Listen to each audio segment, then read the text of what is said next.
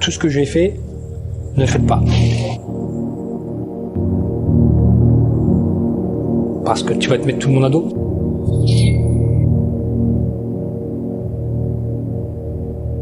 Les épreuves, est-ce que tu vas aller surmonter? Je ne sais pas. Est-ce que tu es costaud mentalement? Je ne sais pas.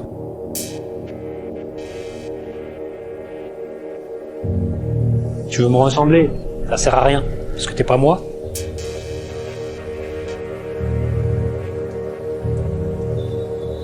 Et si vraiment tu veux me ressembler et faire ce que moi j'ai fait, sois prêt.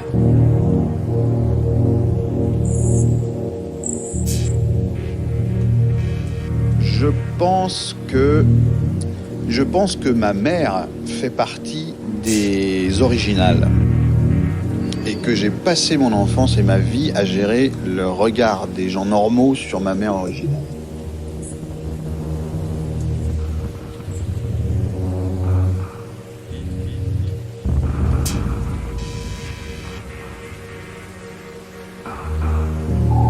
Bon, le Tché.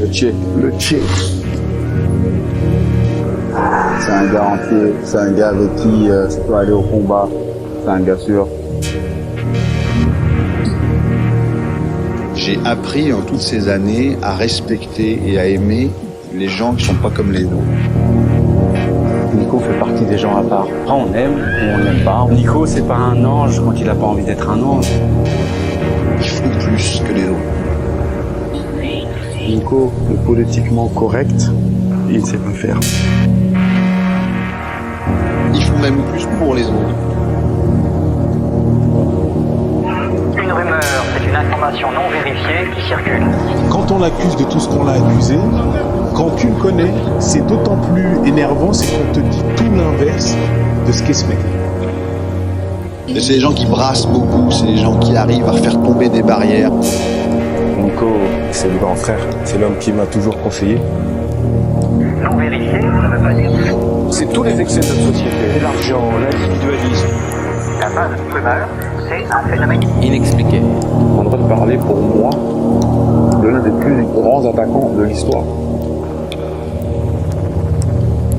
Derrière toute personne un petit peu anticonformiste, il y a quelqu'un de riche, mais il y a quelqu'un d'isolé aussi. Putain. Donc je m'attendrai 2 fois pour ces gens-là.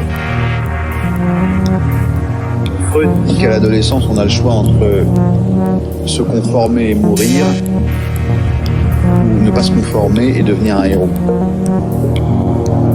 Il y a un truc quand même chez les gens qui font le pas de vivre leur vie plutôt que se mettre dans les pompes d'un autre. Il n'y a que les vrais génies qui peuvent croire en eux. C'est comme la peinture, c'est Van Gogh, c'est les gens comme ça. Si un génie ne croit pas en lui, il ne peut pas exprimer son art.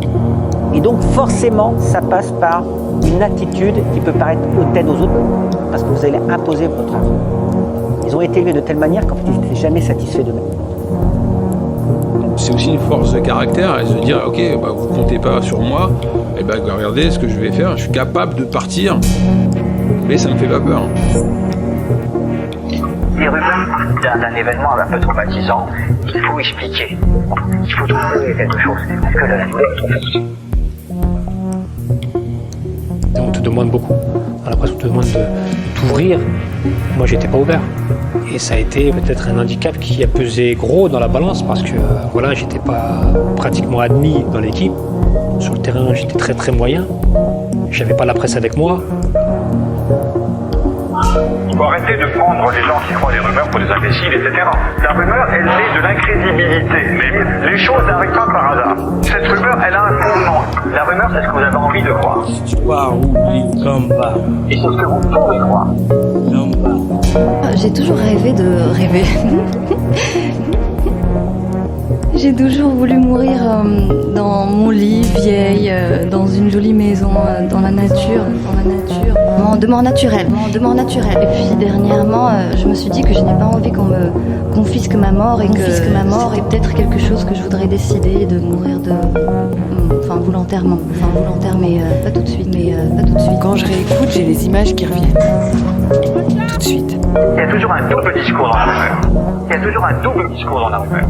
Il y a toujours cette espèce de sélection qui fait que les gens reçoivent le message qui les concerne. Le travail nécessaire à toute rumeur, c'est de dire, si les gens le croient, qu'est-ce que ça indique? Mais je pensais pas qu'ils étaient vicieux à ce point-là. Après ça, je dis ok d'accord, c'est comme ça. Donc en fait moi je vous donne quelque chose. Généralement je donne rien. Je viens, je fais un pas vers vous, et vous me mettez une gifle comme ça. Vous aurez rien du tout. Clash. Et j'étais loin d'être docile. Cette idée qu'il n'y a pas de rumeur incroyable. Il n'y a que des gens qui, à un moment donné, veulent croire quelque chose parce que ça dit un message particulier. La rumeur, c'est le cacher. C'est qu'est-ce qu'on cache, je vais vous le dire. Qu'est-ce qu'on ne devrait pas savoir, je vais vous le dire. Moi, quand tu me parles de l'Euro 2000, c'est la bonne. C'est pour ça que quand on attaque la rumeur, on a l'impression qu'on arrive avec les chiffres, les faits, etc. Mais la rumeur a dit autre chose. Je ne veux pas être arrogant, mais il n'y a personne qui me fout une balle. Ça te fait du bien à partir du moment où tu joues bien. Quand t'es bidon ou quand t'es pas terrible, moi je suis footballeur. Je suis pas là pour m'amuser. J'étais là pour être performant sur le terrain. Ça n'a pas été le cas. J'ai participé, oui, mais j'ai rien apporté. Si je pouvais retirer ce titre-là sous mon palmarès, je le retire facilement. Ça veut dire que gagner à tout prix n'a pas de sens. On sait comment on gagne. Il n'arrive pas à faire qu'il est content, s'il n'est pas content. Il est lui, quoi. Il est lui-même. Et moi, je suis tout le contraire. Moi, je peux te taper un sourire, même si je suis triste. Je l'ai rencontré assez jeune, ouais. Moi, je suis plus âgée que lui. Aujourd'hui, ça fait plus de 10 ans qu'on est ensemble. C'est important d'être complice et d'être pote avec sa femme. Si tu veux vivre pratiquement toute une vie avec elle, si t'as pas ce lien d'amitié déjà et d'amour, tu peux pas. Je pense que c'est la base du couple. C'est un gars qui est droit, qui est honnête, qui est fidèle et qui a une loyauté, une vraie loyauté, qui peut être excessif parfois, parce qu'impulsif, comme tous les gars qui gardent en eux ce qui les travaille. Et quand ils explosent, souvent ils vont au-delà de ce qu'ils veulent dire et ils sont souvent catalogués à l'excès. Quelle est votre morale? D'abord, est-ce que vous en avez? Oula, j'en perds ma cigarette. Il y a beaucoup de paradoxes chez Nico. Une pudeur qu'on peut assimiler à de la froideur, certaines personnes l'assimilent avec de l'arrogance. Il a un caractère trempé, un caractère extrêmement fort lorsqu'il s'agit justement d'imposer ou de faire valoir ses propres opinions. Ça peut aller à l'encontre justement de la pensée collective.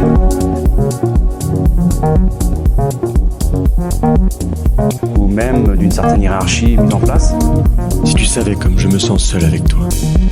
Le pire, c'est quand on est chez des amis, que tu parles de notre couple avec la distance de ceux qui ont tout compris. Quand tu fais mine de rire gentiment de mes défauts en public alors que je sais combien ils te tordent les nerfs. Quand tu me demandes de faire ce que je ne sais pas faire et que tu te plains parce que je ne sais pas le faire. Si tu savais comme je me sens seul quand tu affiches notre complicité qui n'est plus qu'une collaboration. Si tu savais comme je me sens seul quand tu ne cesses de m'interroger, quand tu exiges que l'on parle pour dénouer de faux problèmes, que l'on se dise ce qui ne va pas pour analyser nos sentiments et nos émotions, que nous décortiquions et décomposions tout ce que nous éprouvons pour mieux clarifier les choses, dis-tu, mieux les rendre opaques et les emmêler, pensais-je. Comme je me sens seul quand tu déverses sur moi un torrent de mots pour calmer tes angoisses, et que ces angoisses ne sont pour moi que le reflet de ton refus d'accepter enfin ce que je suis. Si tu savais comme je me sens seul quand je lis dans tes yeux ce souhait plus fort que les pierres, que je sois un autre homme. Clash. savais comme je me sens seule avec toi. Le pire, c'est quand on est au lit. Quand je sens ta présence dans mon dos, quand je t'entends bouger ou respirer.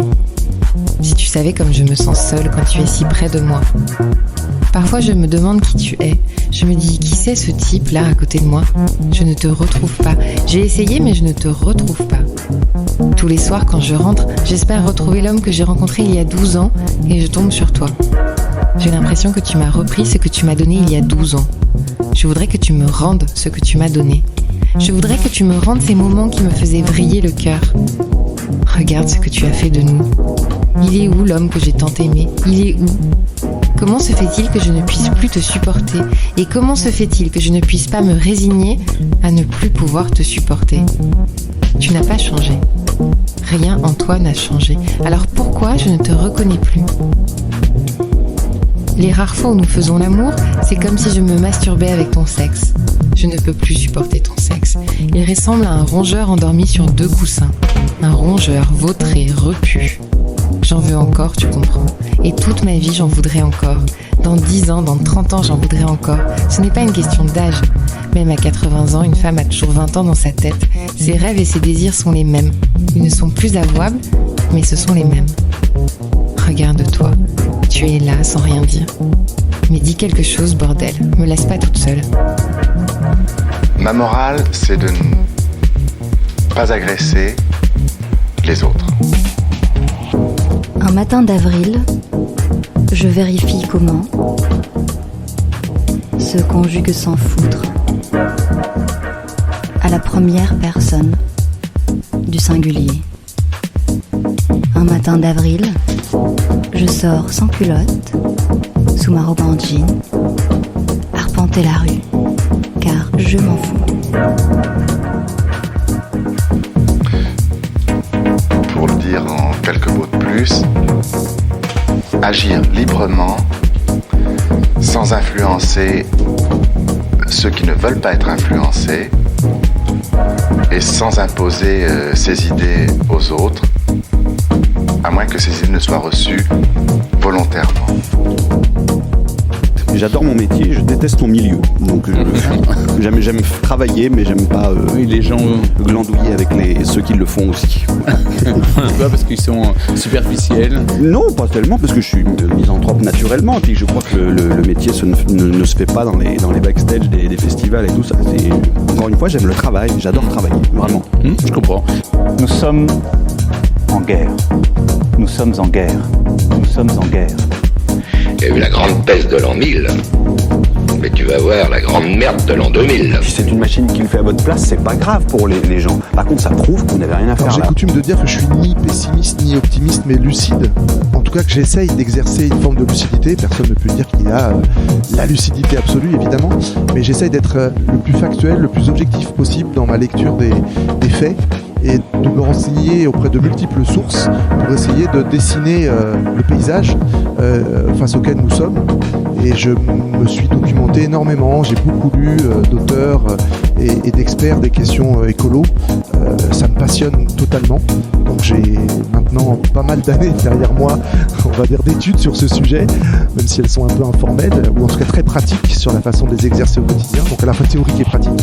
Et j'ai une vision qui est sombre, parce que les données dont on dispose aujourd'hui dessinent assez clairement une impasse et la nécessité de regarder les choses avec objectivité nous amène à penser que ça ne va pas durer très longtemps sur les fondamentaux de cette société de consommation et de surconsommation, cette société productiviste qui consomme plus de ressources que la Terre n'est en capacité de les renouveler et qui génère tellement de déchets et d'externalités négatives, y compris sociales, qui font que tout ça n'est pas tenable. Donc ma vision, c'est qu'effectivement, je ne sais pas quand, je ne sais pas comment, mais ce système risque très probablement de s'effondrer, que ce soit financier, social, écolo, ou tout ça enchevêtré, risque d'advenir, et sans doute à une échéance relativement proche.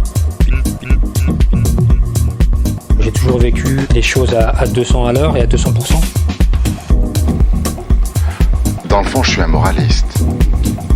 Un moraliste est quelqu'un qui traite de la morale, qui discute de la morale, qui refuse la morale traditionnaliste et qui donne en exemple sa propre morale. J'aime quand on me dit la vérité et ce n'est pas ce que j'ai trouvé dans ce milieu-là. J'ai préféré rester avec les miens. On n'est pas beaucoup, mais au moins tu sais qui est qui. Je rêve d'une société où la morale soit faite d'élégance, de justice, je suis un peu humaniste, et de courage. Je pense que tu fais les choses avec le cœur. Chaque fois que je fais quelque chose, j'essaie d'être discret, je le fais sincèrement.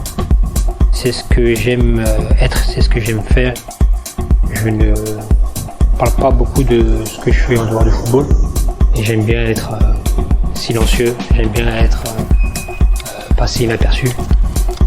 Même si c'est difficile, mais j'ai ce côté-là qui me dit que voilà, il y a un Dieu sur terre et Dieu voit ce que tu fais. Et tu n'as pas besoin d'être jugé, même si c'est positif, tu n'as pas besoin d'être jugé par les gens. Dieu sait ce que tu fais et si tu fais des choses bien, ben voilà, tu auras les récompenses. J'aurais dû être un chat errant, une plante grimpante, un crustacé, la tête vide, une folie souveraine. La vie m'insuffit. Bientôt j'aurai le courage de partir loin des routes, des humains, prendre le premier train, marcher jusqu'à une rive quelque part, loin de tout. C'est mon projet. Tout le monde se fait des projets, des accomplissements pour pouvoir le dire aux autres, pour se remplir sans s'en donner l'air. Ils font comme si c'était normal, ce doit être normal. Avec leur jalousie oblique, ils prônent la vie équilibrée, le sport, le travail, les loisirs. Mais nous sommes tous prisonniers ici, dans ces quartiers où il n'y a rien, où il y a tout. Cette existence est accessible. Il y en a qui font des enfants pour être moins seuls. Ils mentent aux enfants et les enfants récitent, les enfants pratiquent, s'exercent. Ils ont leurs écrans, chacun a son écran, ses activités. Et bientôt aux enfants aussi, on demandera des projets, des compromis, des week-ends, des vacances à la mer, des randonnées à la campagne, des regroupements, une efficacité civile. Esclaves, lâcher les chiens, brûler les journaux. On me parlera d'intégration, mais je resterai l'étrangère. Même les intégrés restent étrangers, ce sont des étrangers intégrés. J'ai la langue étrangère, la peau étrangère, ça éclate, ça saute au visage. On me demandera toujours d'où je viens, où je vais, depuis quand, combien de temps. On me tutoiera pour mieux se situer, mais jamais on ne me demandera où es-tu. Et c'est tant mieux. Eux non plus ne savent pas où ils sont. Ils courent comme des poules, comme des camions. Il ne faut pas leur en vouloir. On me dira qu'il y a toujours les primes, les congés payés, les assurances, les récompenses. Et à tout cela, je répondrai non.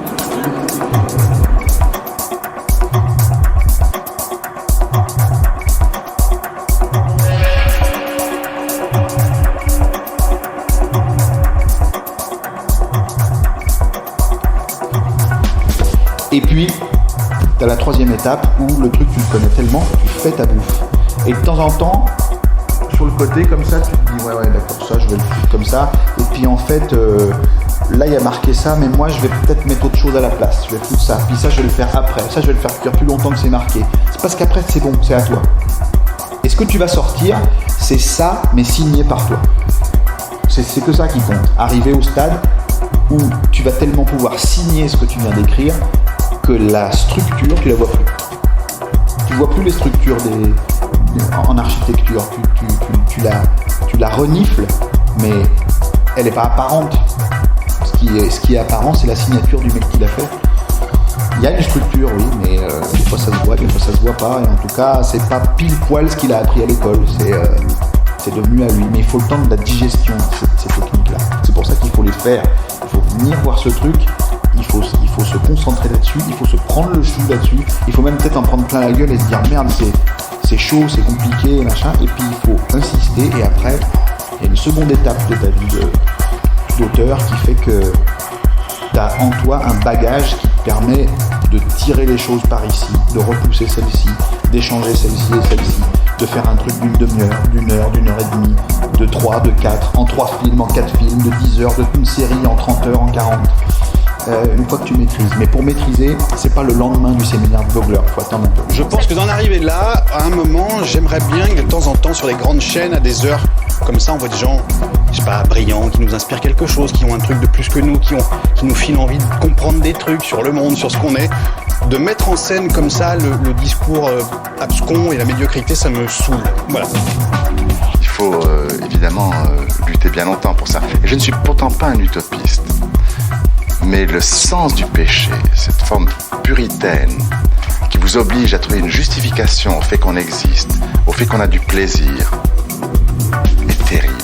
Elle conditionne tous les êtres humains. Et on parle toujours du monde libre face au monde socialiste ou communiste. Mais d'abord, il faudrait que ce monde libre se débarrasse de la morale chrétienne. Il faudrait d'abord qu'il n'y ait plus ce sens abominable du péché. Alors on dit, si on n'a pas le sens du péché, on tue tout le monde. Ce n'est pas vrai. La criminalité existe bien autant dans les sociétés qui ont le sens de la culpabilité que dans les autres.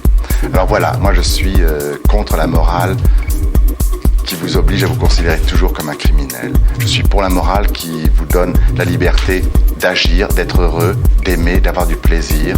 Que ce soit d'adorer la forêt de jour avec les petits oiseaux, ou que ce soit de ne pas avoir honte du plaisir. Il a toujours dû prouver qu'il était costaud. Qu'est-ce qu'on appelle le scandale? Qu'est-ce qu'on appelle choquer? Pour beaucoup de gens, c'est de dire les choses d'une façon qui les surprend, auquel ils ne s'attendent pas. C'est-à-dire les dire au fond sans hypocrisie. Dans cette mesure, oui, je dois dire que je trouve que choquer est une qualité. Même aujourd'hui, ça passe pas. Au moment où tout le monde attend un démenti ou d'éventuelles excuses, il fait pas ça. Parce qu'il est balèze et qu'il tient le cap. Quand il se donne un cap, ben il y va. Et ça, les gens ils comprennent pas ça. En fait, là, on baigne dans une odeur de gaz et on ne sait pas d'où viendra l'étincelle. La seule question qui vaille, c'est comment est-ce qu'on peut expliquer cette surenchère de mesures expérimentales testées pour la première fois, confinement d'une population saine, jamais fait auparavant, port du masque généralisé à des personnes en bonne santé, jamais fait auparavant, port du masque fait à l'extérieur, jamais fait auparavant, accélération d'une procédure de mise au point vaccinale sautant les phases 3 qui n'avaient jamais été faites auparavant. Donc ça doit nécessairement nous interpeller. Ça, c'est le vrai Nico, tu vois. Ça, c'est Nico que tu peux palper quand tu es au quotidien avec lui. Les gens de l'extérieur ne savent pas que le mec est comme ça, tu vois. Ça fait mal, et ça fera mal jusqu'à la fin. Nous, on croyait dès le début au projet, on était convaincus que ça pouvait fonctionner, que ça allait fonctionner.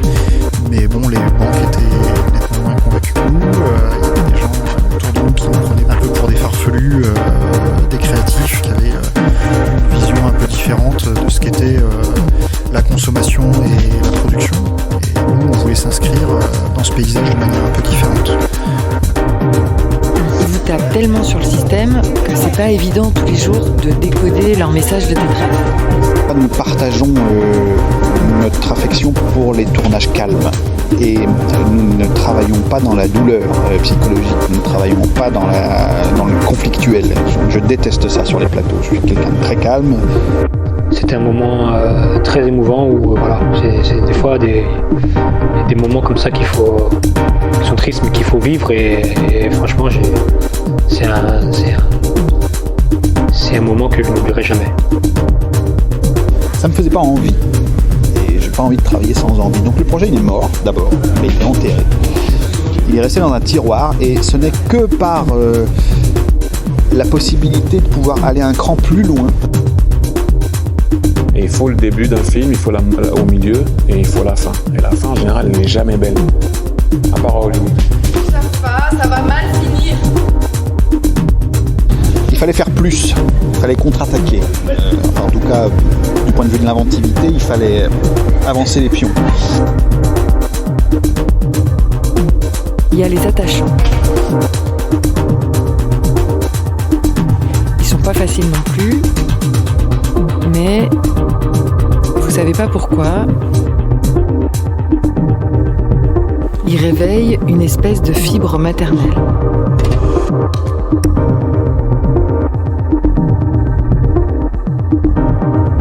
Le Made in France, c'est bien, et il ne faut pas que ce soit simplement une mode. Il faut qu'il y ait du sens derrière, et puis que voilà, le consommateur s'approprie ces labels, et puis qu'il se renseigne derrière chaque entreprise qui fabrique en France. Il y a du Made in France qui peut être très bien, et puis d'autres qui peut être un peu moins bien. On fait tous un peu de politique. C'est pas simplement s'inscrire sur des listes électorales ou d'aller voter. En achetant et en consommant différemment, on peut changer la société dans laquelle on vit. Produire différemment et produire mieux, c'est aussi un peu de la politique. La manière dont on agit au quotidien, à travers ce projet, on essaye de faire différemment. Et la créativité, c'est penser différemment. En ce qui me concerne, j'ai développé un rapport solitaire à l'invention. Quand j'étais ado, et même gamin, c'était que sur la composition musicale, parce que c'était la seule chose que je faisais, mais je faisais que ça. C'est-à-dire, mon seul plaisir dans la vie, c'était de rentrer chez moi après l'école. Je me foutais de plus en plus de l'école, évidemment, et de m'enfermer dans la piole et de composer. C'était la seule chose que j'aimais faire. Et j'ai toujours eu un rapport solitaire avec des choses, et d'ailleurs, même quand j'étais très très très gamin, j'ai toujours joué au Lego seul. Quand il y avait un pote qui venait jouer avec moi, je trouvais qu'il faisait des conneries, ça m'énervait, ça ne m'amusait plus. Donc je suis solitaire pour inventer. Et évidemment, j'essaye de me parfaire dans les diverses disciplines qui me permettent de fabriquer un truc. Pas seul, évidemment, j'ai une équipe de tournage, j'ai des gens de grands talents autour de moi et plein de gens qui savent faire des milliards de choses que je ne sais absolument pas faire. Mais j'essaye de confectionner les choses et de les signer seul, parce que c'est comme ça que j'envisage d'inventer les choses. C'est pas du tout un critère, ça ne marcherait pas pour tout le monde, c'est pas un truc que je recommande à n'importe qui, pas plus que je me découragerais quelqu'un d'avoir envie de le faire, mais c'est mon caractère. Voilà.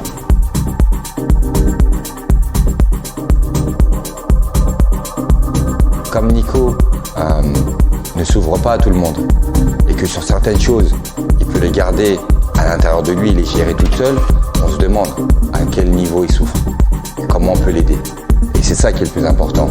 Après, les autres, ce qu'ils ont à dire ou ce qu'ils vont dire, on sait déjà. Ça va aller de toute façon. La vie elle est longue, non? Elle n'est pas courte. Et les gens ils disent qu'elle est courte, mais elle est longue la vie. Elle est très très longue.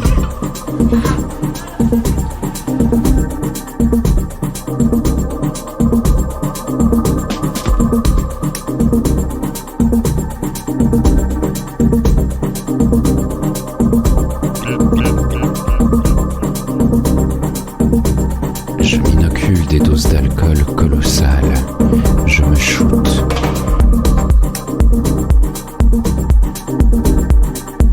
Je suis, en somme, pavé d'espoir.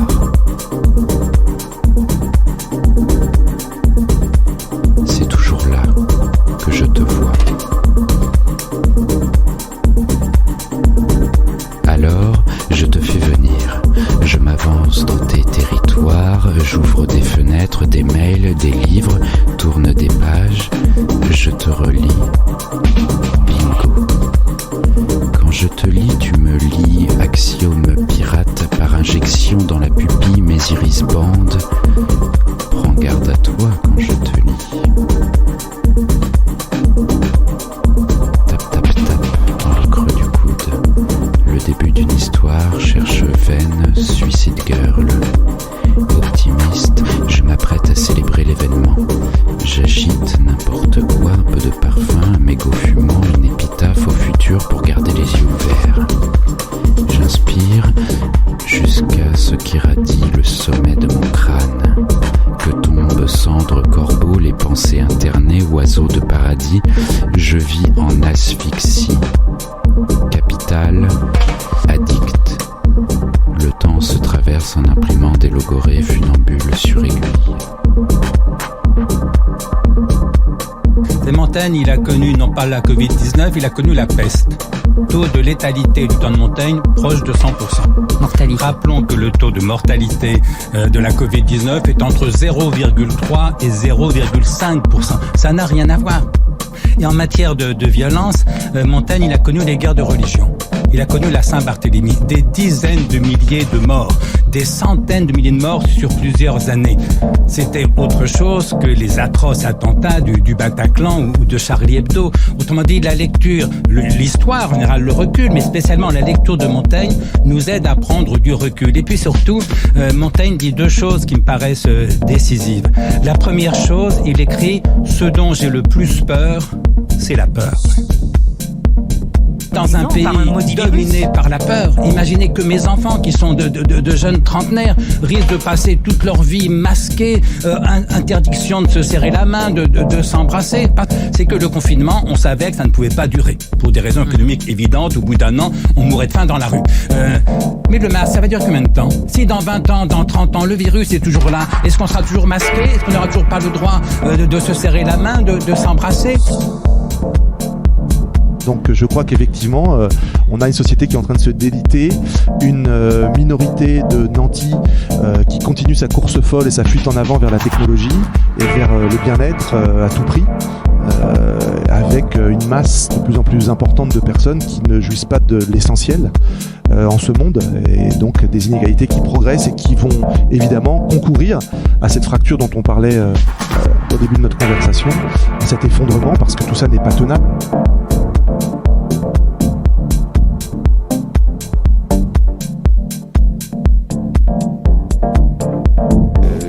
Les autres, je veux dire, j'en demande pas moins, mais je sais vraiment tenir ma place parce que je suis frustré de rien ailleurs.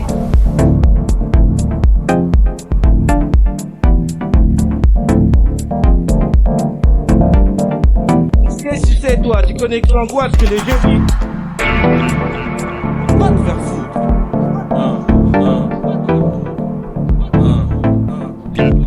Si tu pars, oublie le combat. Et si tu parles, obligé qu'on te balle.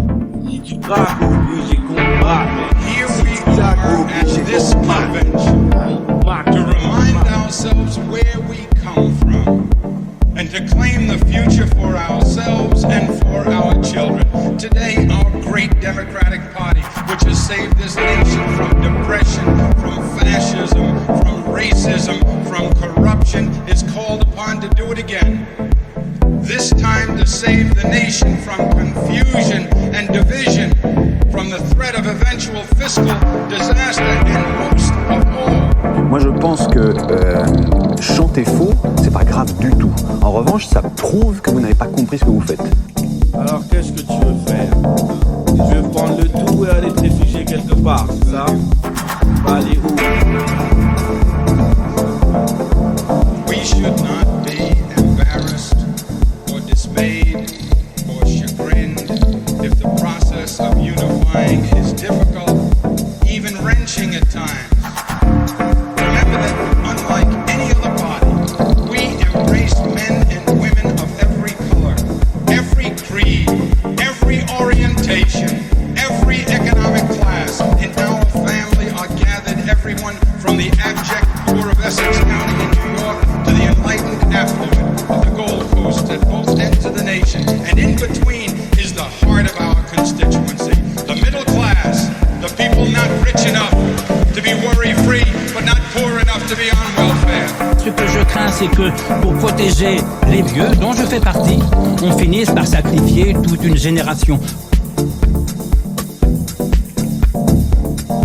Ça veut dire que nous sommes soumis à une forme de politiquement correct que j'appelle le sanitairement correct, qui est le contraire de la liberté de l'esprit. Eh bien, Montaigne, qui est un maître de liberté, nous apprend à résister à cette pression sociale, à cette peur qui est en train d'écraser notre société.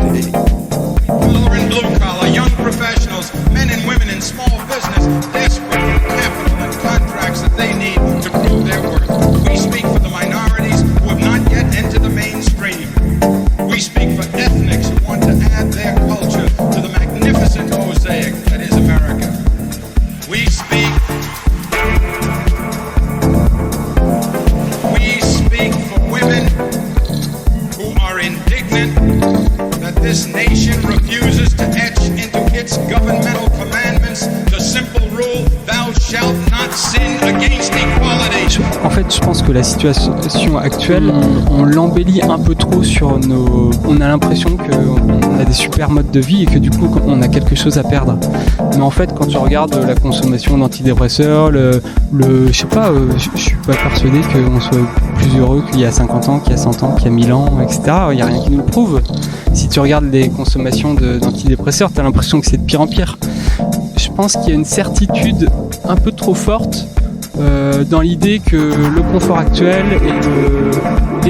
qu'on est au top. J'ai l'impression que les gens ils se disent on a toujours progrès. Ouais, il y a un progrès et puis là on est au top et on va diminuer, donc on a peur de diminuer. Moi j'ai l'impression que on peut aller vers des trucs vachement bien en fait.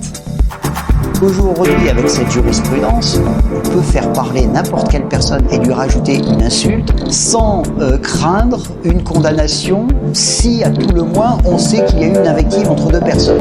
Cela veut dire qu'aujourd'hui, les journalistes sont libres de faire attester, entre guillemets, n'importe quelle personne en leur prêtant des insultes aussi lourdes soient-elles.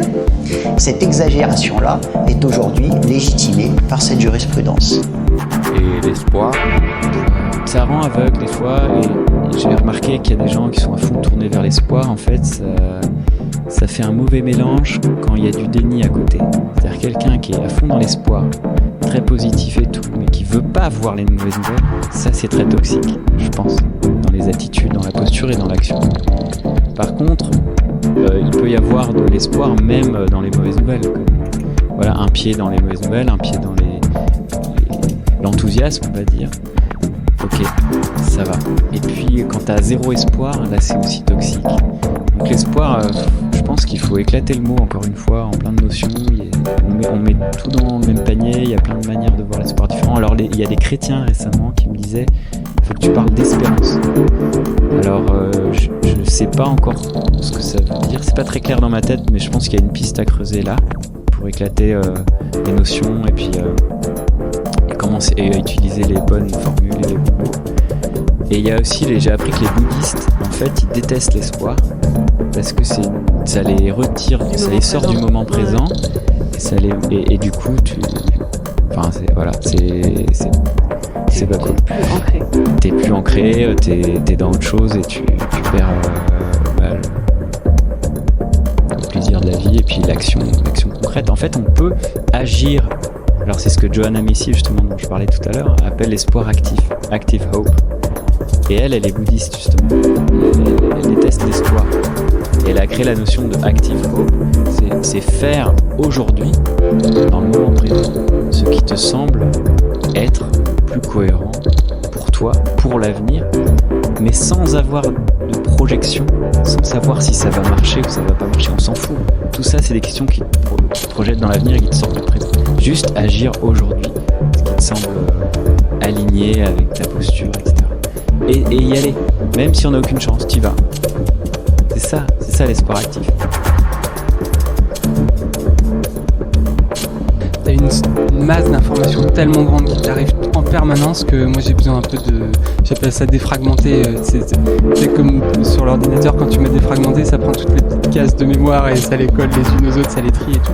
J'ai besoin de ça régulièrement parce qu'en fait j'ai besoin de traiter les informations dans mon cerveau pour en faire des idées, faire des opinions sur les trucs et d'en faire des convictions, et c'est ces convictions qui vont ensuite influencer mon mode de vie, mon travail, le projet, tout ça. Et sans ces temps-là, c'est un peu comme si tu jouais à Tetris mais en mode trop rapide, tu sais, t'as pas le temps de caser bien les cases aux bons endroits et hop, tu te fais déporter. Là j'ai besoin j'ai besoin quelquefois de passer des moments où je trie un peu les informations qui arrivent. Autrement dit, il faut accepter notre fragilité, il faut accepter notre finitude, notre mortalité, notre imperfection, et dans cette acceptation, trouvons les moyens de vivre le plus heureusement possible. Est-ce que les élites qui auraient cette conscience très cynique pensent véritablement qu'ils vont pouvoir se préserver du dérèglement climatique? Je comprends pas comment ça peut être possible, mais après tout, on n'est pas une folie près. Je pense qu'il s'est protégé toute cette notoriété de tout ce qui tournait autour de foot parce qu'il sentait que c'était pas son milieu, que il n'était pas dans son élément, quoi. Et je pense qu'à force de se protéger, il s'est peut-être créé un fossé entre lui. Il croit à la vérité, mais il ne prétend pas la connaître. Autrement dit, il est sceptique, ce n'est pas un sophiste. Il ne dit pas que rien n'est vrai. Il dit que la vérité, on ne la connaît jamais absolument. Et donc, il s'agit de la chercher. Son scepticisme, c'est un mouvement vers la vérité, alors que beaucoup, au contraire, ne cherchent que la certitude. Et Montaigne nous apprend à aimer la vérité davantage que la certitude. Je suis très content de ne pas faire partie des gens qui mettent 35 ans à se rendre compte qu'ils font un truc qu'ils ne voulaient pas faire. Ce dont j'ai le plus peur, c'est la peur. Il y a clairement une guerre des classes et la classe des riches a gagné, comme dirait l'autre. Warren Buffett, voilà, François Ruffin le dit très bien. Il y a une classe qui est en train de tout détruire, qui a partout, qui augmente l'inégalité. Et ça, c'est hyper toxique pour la société. Ça crée des super pauvres, mais ça crée surtout des tensions, des conflits, des guerres et tout ça. Mais pour moi, c'est irresponsable. Et je comprends pas qu'ils sachent pas ça. C'est évident qu'ils vivront eux-mêmes dans un monde de merde s'ils continuent. Et c'est pas une question idéologique qu'il faut qu'on soit tous à égalité. C'est donc pas ça. Si tu partages pas, tout le monde meurt, quoi. Ces choses tendres que la vie est aisée à troubler. C'est un grand sensible, mais il ne le montre pas. Et j'ai l'impression qu'il faut montrer ses émotions. Si tu ne le montres pas, on dit quelqu'un de froid, t'es quelqu'un qui n'est pas aimable.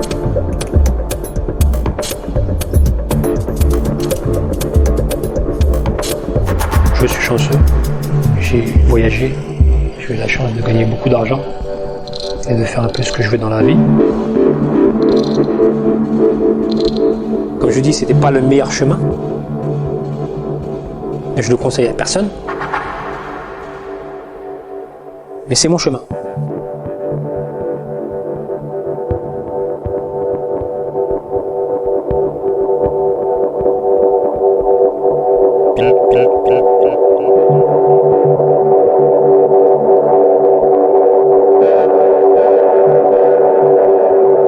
Je veux qu'on agisse et qu'on prolonge les offices de la vie tant qu'on peut, et que la mort me trouve plantant mes choux, mais nonchalant d'elle et encore plus de mon jardin imparfait.